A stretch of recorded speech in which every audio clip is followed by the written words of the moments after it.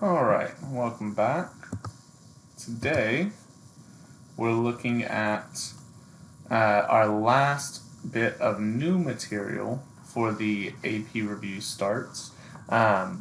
Please make sure you watch till the end, because at the end I'm going to have some information about some upcoming Zoom sessions. Specifically one next Monday. I don't know, we might do it on Friday of this week. I'll figure it out by the end. Just make sure you stick around so you can hear that, because there will be one that is eventually mandatory, just so we can get some information across. Alright, so today we're looking at some extra manipulation techniques with power series and Taylor series and things like that. The first one we're going to be looking at is a connection between a power series and a geometric series. So just a reminder, a geometric series happens when we have the sum from n equals 0 to infinity of some number a times some number r to the power of n, where a is the first term and r is the common ratio. So let's say I told you to start with a equals 2 and let r equals 3. What series would we write? Well, that starts with 2 plus, and then to get our next term, we multiply by 3. So plus 6 plus 18 plus, and then whatever 18 times 3 is, on and on. So we end up with the geometric series 2 times 3 to the n. Okay? Now what if we instead said r was negative 3? Well, all that changes is now we have alternating signs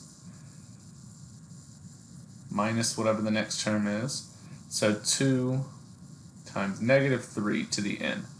Now, there is another way to write this, just so you can easily identify it. This could be written as negative 1 to the n times 3 times 3 to the n. This is another way we could write it, just to say it's an alternating series, but both of these mean the same thing. Now what if we said this was a little bit different and said that a equals 1 and that r is equal to x? Well, first term's 1. We're going to multiply each term by x. So the next term is x, then x squared, x cubed. And what we notice is that, oh, we've created a power series here. And that power series is x to the n. Okay, so let's say we wanted to write this sum. We can do that using our knowledge of geometric series, because we know the sum of an infinite series is a over 1 minus r. So that means this sum would be 1 over 1 minus x, as long as x is or falls under some special categories. And we've talked about that before too. So let's see what we're looking at.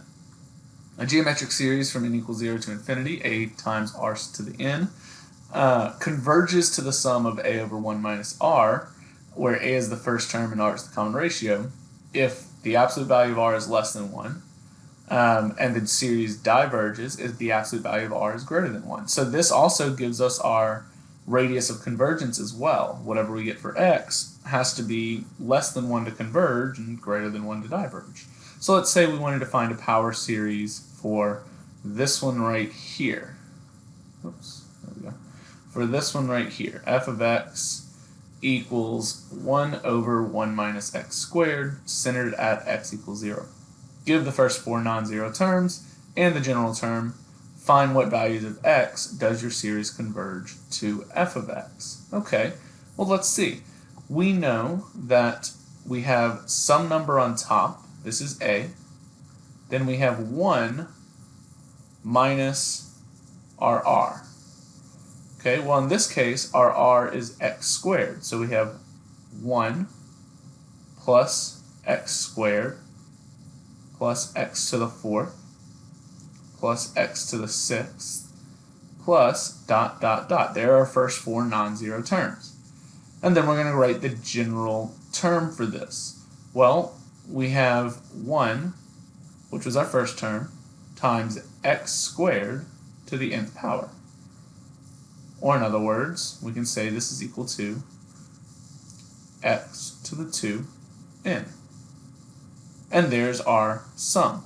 Well, now we just need to figure out what it converges to. Well, because we wrote this as a geometric series, we know this converges if the absolute value of x squared, because this is the same as saying the absolute value of r, if this is less than 1, then it converges. So that happens when x squared is less than 1, right? Because x squared is always going to be positive. And then when x is in between -1 and +1. Okay? Because when we take the square root, we have to consider positive and negative. So as long as x is between -1 and +1, this is going to converge. But if x is bigger than +1 or less than -1, it wouldn't converge. Now we need to do just like we did previously and check what happens at those values. So let's check at 1 and -1. So if we look, let's start with -1, n equals 0 to infinity.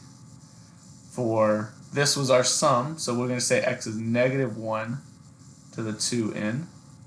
Well, if we look at this, this is the same as saying -1 squared to the n power.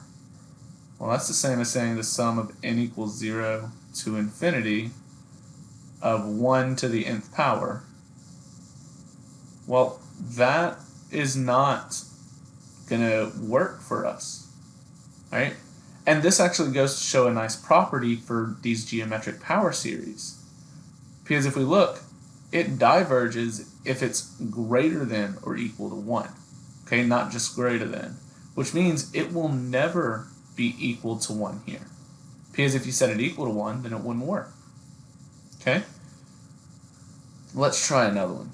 And we'll let y'all try this one. Oh, real quick before I move on. Pause the video, take a look at your calculator, and graph this one and the first 5 terms of that series we just found.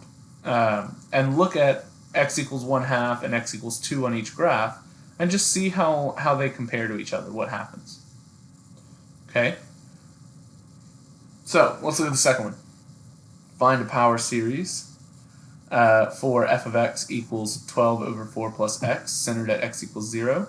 Give the first 4 non-zero terms and the general term. Find what value of x does your series converge to f of x. Okay, well this time it looks a little different. You want to go straight to saying, oh, 12 is going to be our a, that should be perfect. But remember, this only works if down here it's 1 minus r. We don't have 1 minus r. We have 4 plus x. So we first need to get this to be 1. So we have 12 over 4 plus x. To get that to be 1, the easiest way is just divide everything by 4. So we have 3 over 1 plus x over 4. And then we need this to be 1 minus r. So to be 1 minus r, instead of having plus x over 4, we're going to have 3 over 1 minus negative x over 4. Now we have the information. Here's our r, or here's our a. Oops, not r.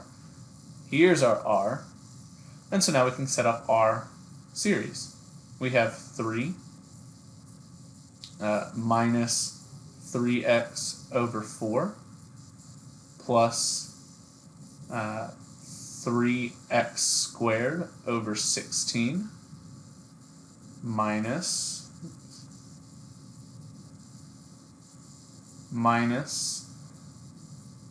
3x cubed over 64. There are our first 4 non-zero terms, plus ... And then we can just set this up like a general geometric series. So 3 times negative x over 4 to the power of n. 3 times negative x over 4 to the power of n. And now we need to figure out what values of x does our series converge. Well, remember, this converges when r, so the absolute value of r, of negative x over 4 is less than 1. So we can first multiply both sides by 4. So negative x, absolute value, is less than 4. And then because this is negative x absolute value, we can just pull out the negative 1 and get rid of it. So we have absolute value of x is less than 4. And then we need to make this a actual range of values. So negative 4 is less than x, which is less than 4. And there's our answer right there. Not too hard. Okay?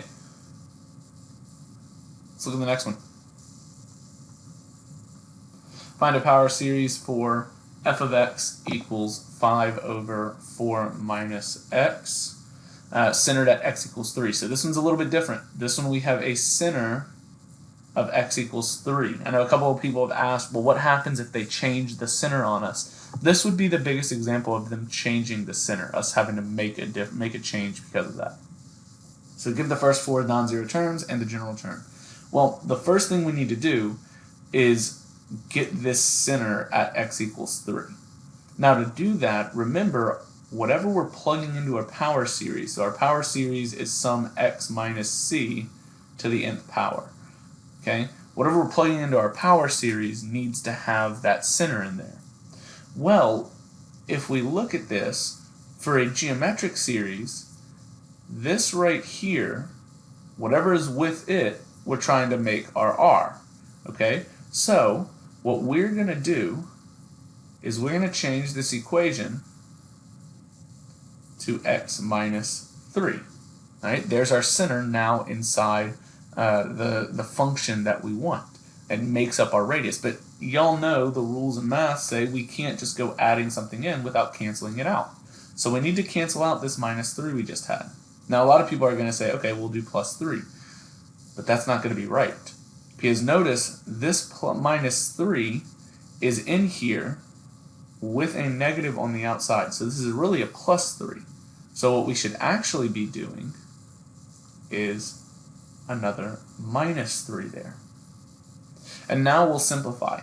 If after we simplify we still have a number that's not 1 here, then we'll divide everything by it. Let's see what happens. So we have 5 over 4 minus 3. Well, that gives us 1 minus x minus 3. Then we see now we don't have anything extra right here, so we can go straight to solving this. Okay, so we have, let me make sure I got this right. All right, this is our a, this is our r. So we have 5 minus 5, or not minus, oops, grabbed the wrong sign, plus 5 times x minus 3 plus 5 times x minus 3 squared plus 5 times x minus 3 cubed. Those are the first 4 non-zero terms, plus dot dot dot 5 times x minus 3 to the nth power. And look at that, we now have a nice little power series there. Okay, and now we can find where this converges. Remember, this converges when r is strictly less than 1. So our r was x minus 3, so absolute value of x minus 3 is less than 1. We can't move any plus or minus until we get rid of the absolute value. So we'll say negative 1 is less than x minus 3, which is less than 1. Add 3 to both sides, and we get 2 is less than x, which is less than 4. Okay? Well, I guess you can't really ask questions. Make sure you save your questions till the tutorial sessions. Alright, I think that's the last one for those. Now let's look at some other type of series manipulations. We can actually find the sum of some Taylor series, but they have to be in a specific setup. So I'm asking you to find the sum of these 3 series right here.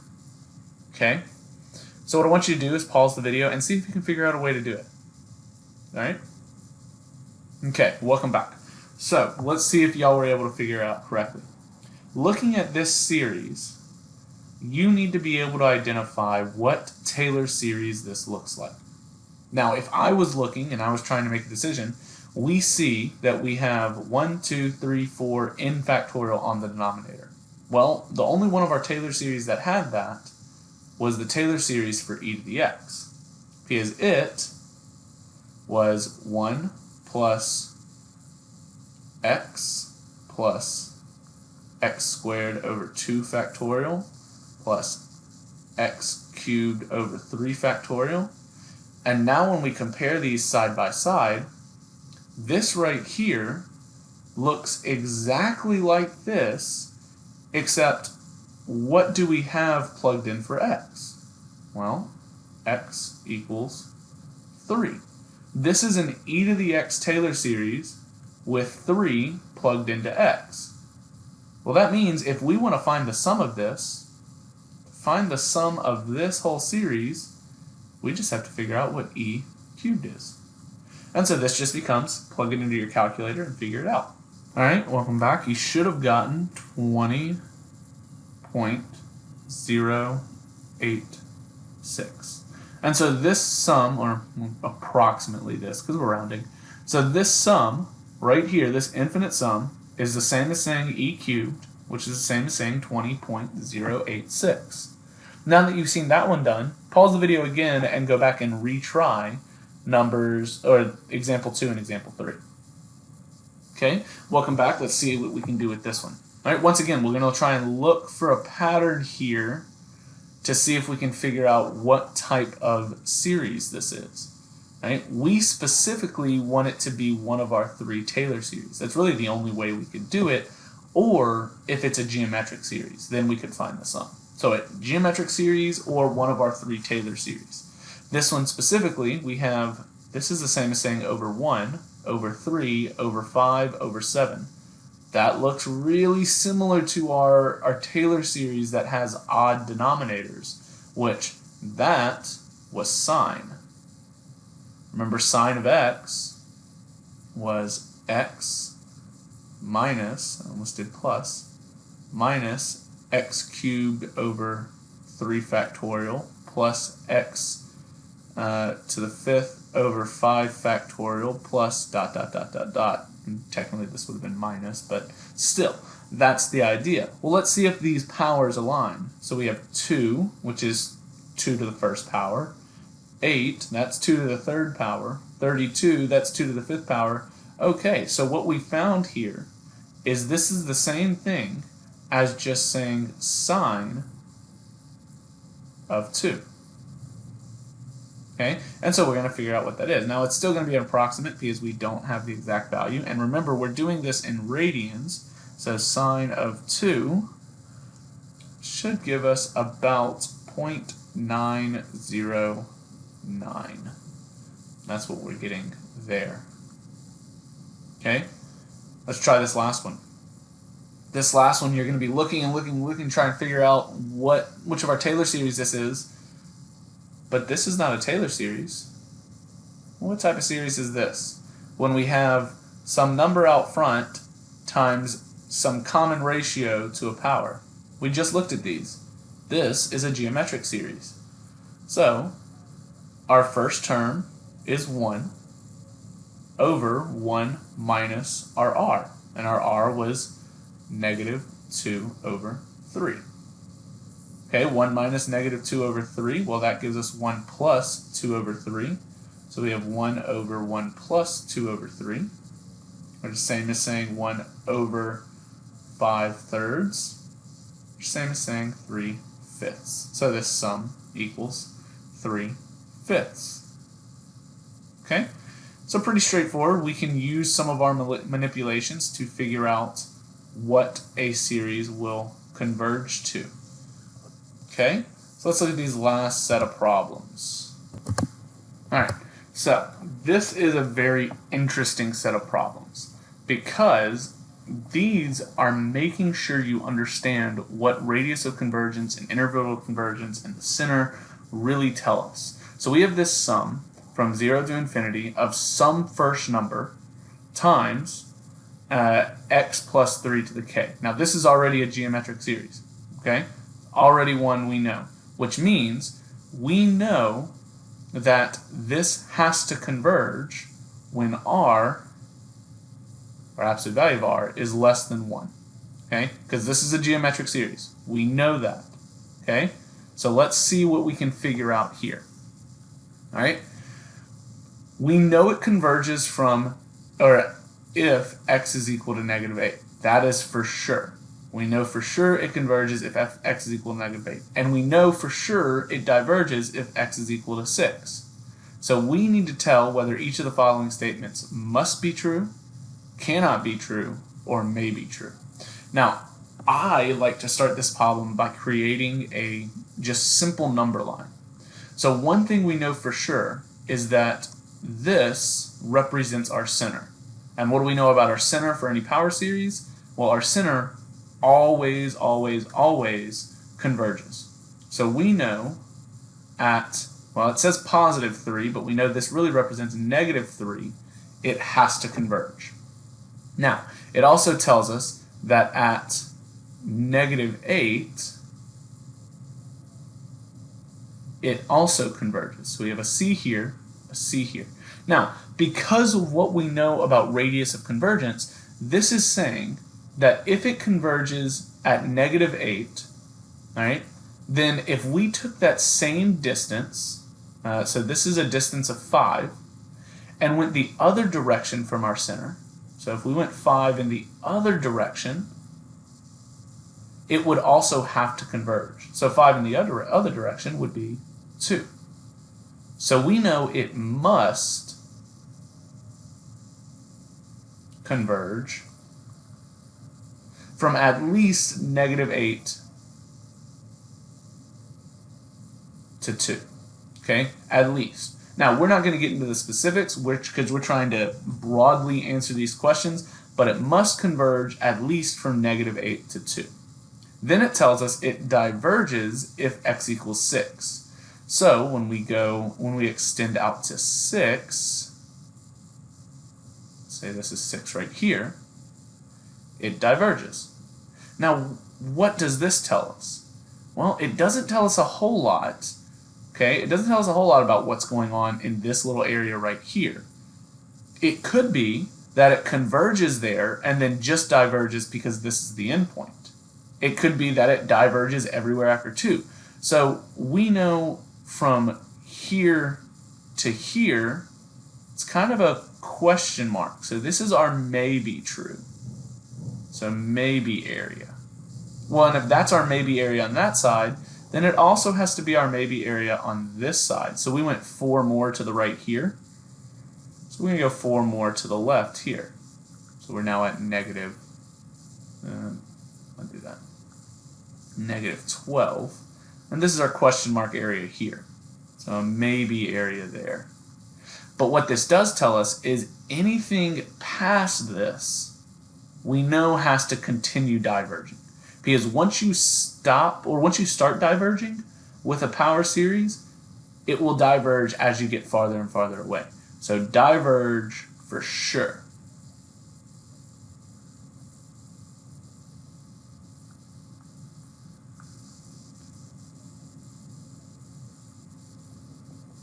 Okay, so we have must converge from negative 8 to 2, may converge from negative 12 to 8, and from 2 to 6, and won't converge if x is less than negative 12 or x is greater than 6. Now that we have all this information, we can see what's going on here pretty easily. The power series converges if x is negative 10. Well, negative 10 falls in that may converge zone, so this may be true because negative 10 is greater than negative 12, but less than negative 8. The power series converges if x is equal to 1. Okay, well, x equals to 1, that's right here somewhere. That's in our must converge area. So this is a must be true because 1 is greater than negative 3, but less than 2. The power series converges if x is equal to 2. Ooh, this is an interesting situation here. Okay? We have the must converge as strictly being between negative 8 and 2. Let's say 2 is an endpoint. This could be divergent. Right? So this actually falls within this category right here, the may be true category.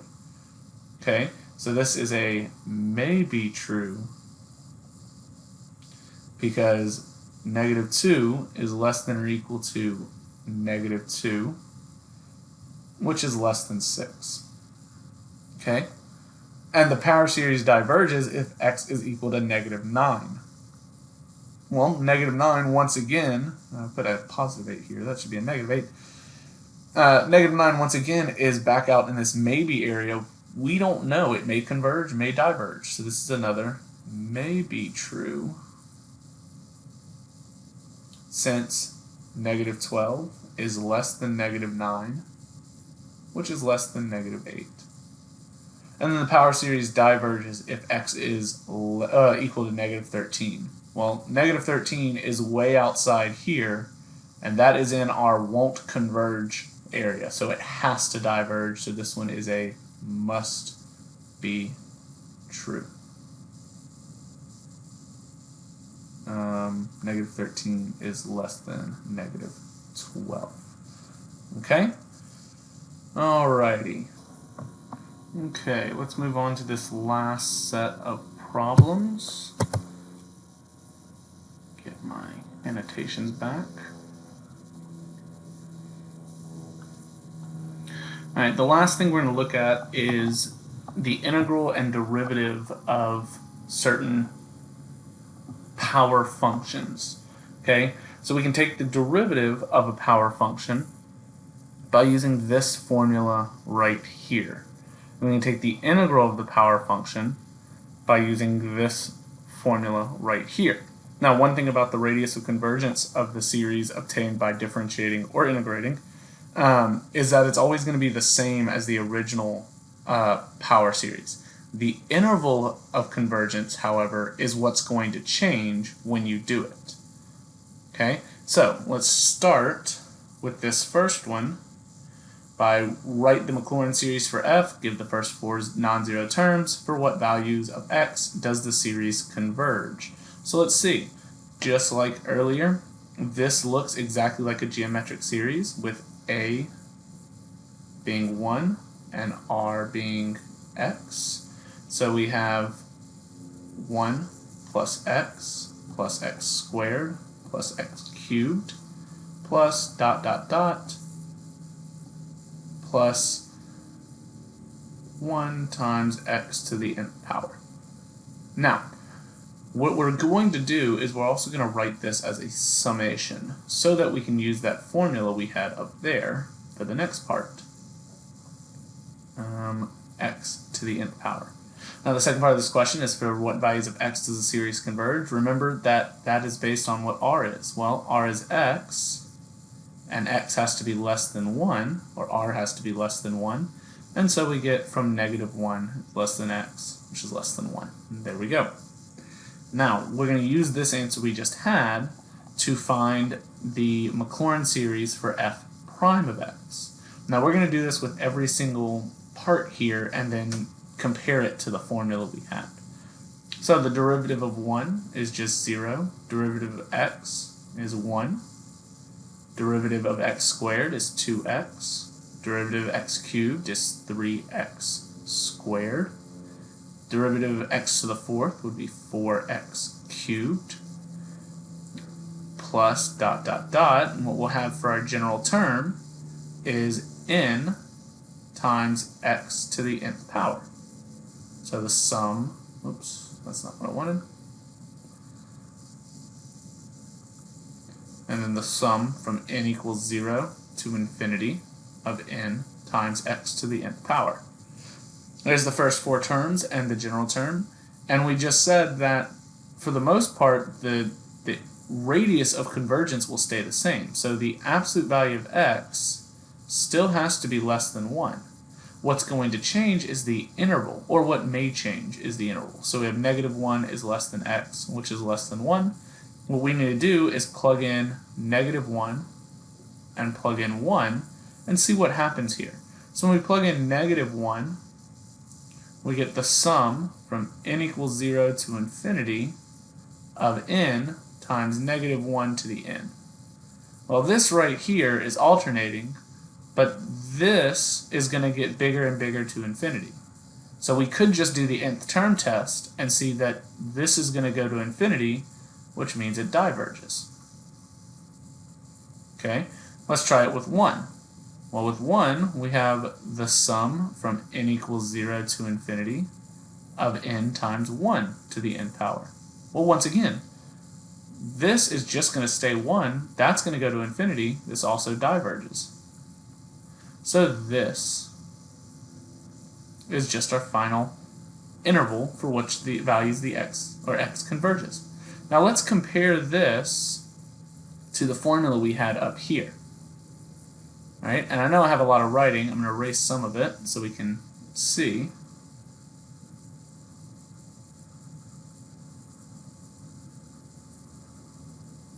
Okay, so the derivative of our function, this total sum, should be n times a sub n, which is our sequence. Well, we didn't really have a sequence there for that one, times x minus c to the n minus 1. Oh, that's what I forgot there. I forgot to subtract 1 from the exponent. X minus c to the n minus 1. Now here's the big difference. Notice how in our original sequence we had n equals 0. But if we tried to plug n equals 0 into here, we end up with 0 as our first term. And 0 wasn't our first term when you took the derivative. So one thing about taking the derivative is the lower bound always has to go up one more than what it was when you originally found the sequence. So this should instead be n equals 1 to infinity. Okay? Whoops. Now let's move down to part C. Oops. Use your answer to B to find the sum of the infinite series 1 plus 2/3 plus 3 over 9 plus 4 over 27 plus ...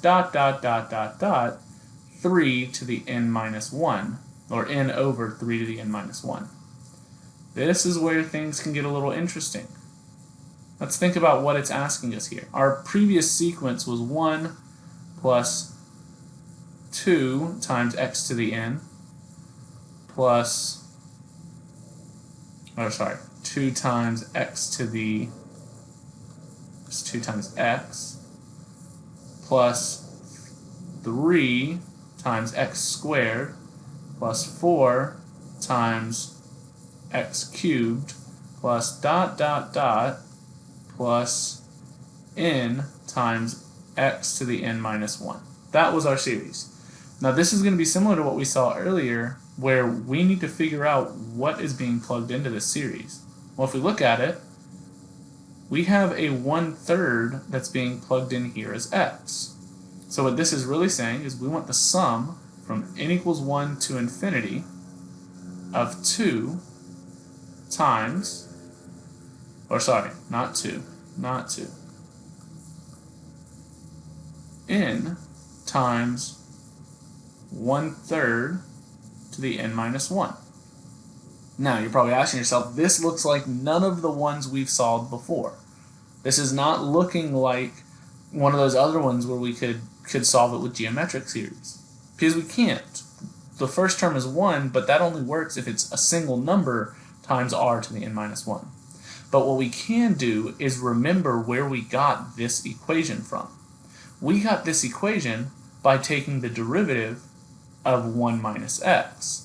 So this equation over here, is f prime of x. So what this right here is asking for is f prime of 1/3. Well, to do that, we need to figure out what f prime of x is when it's not a series. So we need to go back and say, okay, f of x was 1 over 1 minus x. F prime of x is going to be 1 over 1 minus x squared. Derivative of the outside is negative 1 times 1 minus x to the negative 2 times the derivative of the inside, which is negative 1. So that will give us a positive 1 over 1 minus x squared. Now we can say, okay, we can figure out this sum because we know it is the same as saying f prime of 1/3, and we know f prime is 1 over 1 minus x squared. So f prime of 1/3 is going to be equal to 1 over 1 minus 1/3 squared. 1 minus 1/3 is 2/3. 2/3 squared is 4/9, and then 1 over 4/9 gives us 9/4. Okay?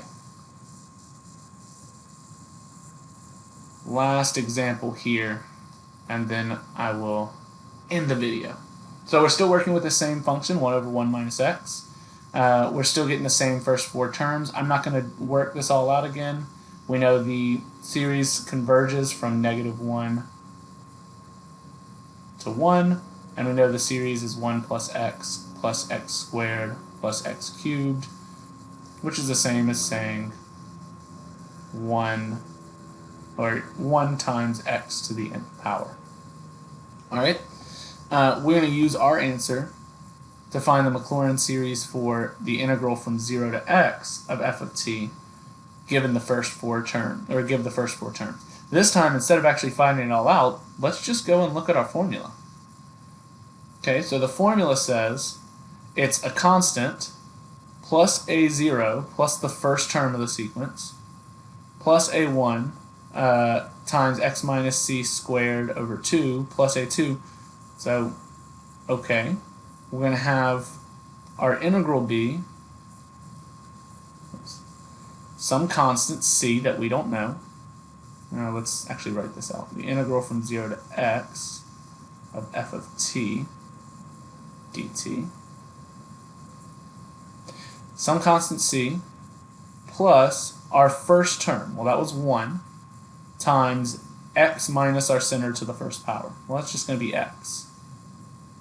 Plus our second term, x, times x minus c squared, or oops, our second term of the sequence, which in this case we're considering to be just the coefficient out front.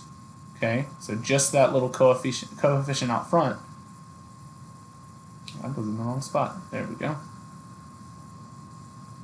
So we're going to have x squared over 2 plus the next one, x cubed over 3 plus dot dot dot dot. Okay, that's really all we're looking for. And then the general term would be x to the n plus 1 over n plus 1. Now we need to figure out what it converges for. This is where it could get a little bit different. X equals negative 1. Plug in negative 1 there. We have the sum from n equals 0 to infinity of negative 1 to the n plus 1 over n plus 1. And notice how this one, I'm going to go ahead and say it, it does converge. This is an alternating series, and so by the alternating series test, this is decreasing and the limit goes to infinity. So this one converges. And then when we look at x equals positive 1, we have the sum from n equals 0 to infinity of 1 to the n plus 1 over n plus 1. This one does not converge. This is just 1 on top, and then 1 over n plus 1, whether you do integral test or direct comparison test or limit comparison test, this one is going to diverge. Oops. Sorry, guys. So that one's going to diverge, that one's going to converge. So we have negative 1 is less than or equal to x, which is less than 1. This is our new interval of convergence. The last part of this is saying, okay, use your answer to find the sum of this infinite series. Well, once again, if we look at this, this looks really similar to this right here. Constant plus x squared over 2, x cubed over 3. If we look at it, we don't have a constant, but we have a 1/3 there, 1/3 squared, 1/3 cubed, 1/3 to the 4th, over 2, 3, 4. So it's looking like it's going to be this sequence with x equal to 1/3. So what that's telling us is, since this sequence, or this series, was equal to the integral from 0 to x of f of t, we're looking for the integral from 0 to 1/3 of f of t. Well, if we go back up to what the problem was originally asking, that equation was 1 over 1 minus x. So we're looking for the integral from 0 to 1/3 of 1 over 1 minus x dx. I know I have t here and x there. It's not going to change anything here. It's going to be the same. And so now we just integrate this. Now if you don't remember how to integrate this is u substitution. U is 1 minus x. du is negative 1 dx. So we have a negative 1 on the inside, negative 1 on the outside. This integral ends up giving us a negative natural log absolute value of u. Now, since we did u substitution, we have to change our bounds. Lower bound is now 1. Upper bound is now 2/3. And so we end up with negative natural log absolute value of 2/3 minus negative natural log of 1. Well, the negative natural log of 1 is just 0. So this would be a fine enough answer. Okay? Make sure you come to the tutorial sessions. If you have any questions, send me any emails or messages. I will say, Friday's tutorial session is, I'm trying to make it mandatory. We're getting a lot of information Friday about what we're allowed to schedule, and we also have some changes to how things are going to work next week. So you need to come to at least one of the tutorial sessions on Friday so you can try and get all of that information. Okay? All right. Y'all have a great day.